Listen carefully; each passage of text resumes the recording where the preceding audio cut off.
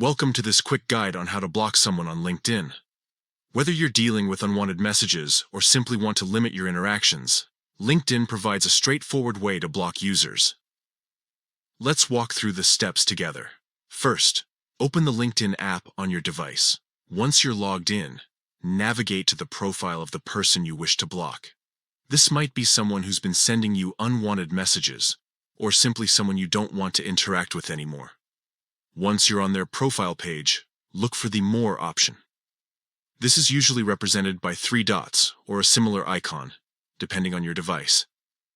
Click on More, and a drop-down menu will appear. From this menu, select Report/Block. This option allows you to either report the user for inappropriate behavior or block them entirely. After selecting Report/Block, you'll be presented with a few options.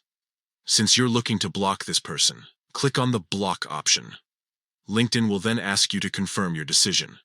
This is a safety measure to ensure you're certain about blocking the user. Confirming will prevent the person from seeing your posts, sending you messages, or viewing your profile.